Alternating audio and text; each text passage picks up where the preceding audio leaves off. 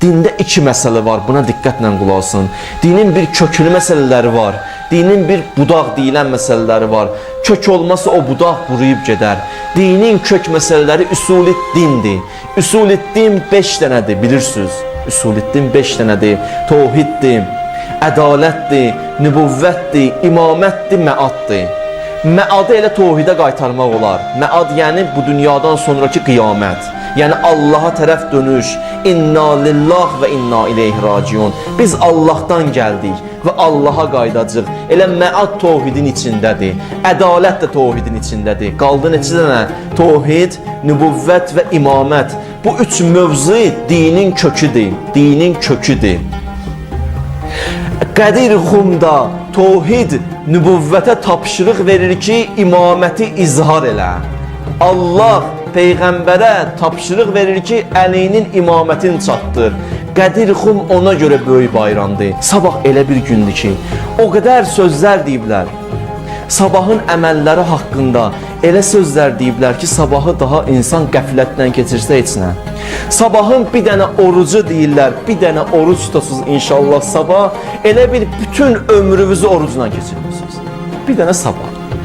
Qəzası olan qəza, qəzası olmayan müstəhəbbi tutsun.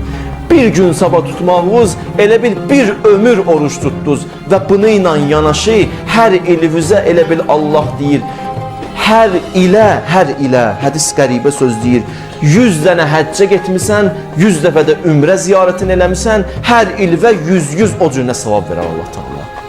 Ki, sabah bir dənə oruç tutmağına. İndi sabah oruçda bir nəfər oruç tutana iftar verər.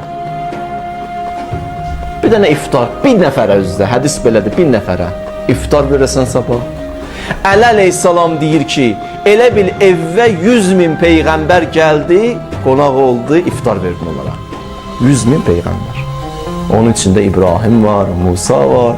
100.000 peyğəmbər adamın evinə gəlsə nə olar? Evi nuraniyyət tapar, evi bərəkətli olar.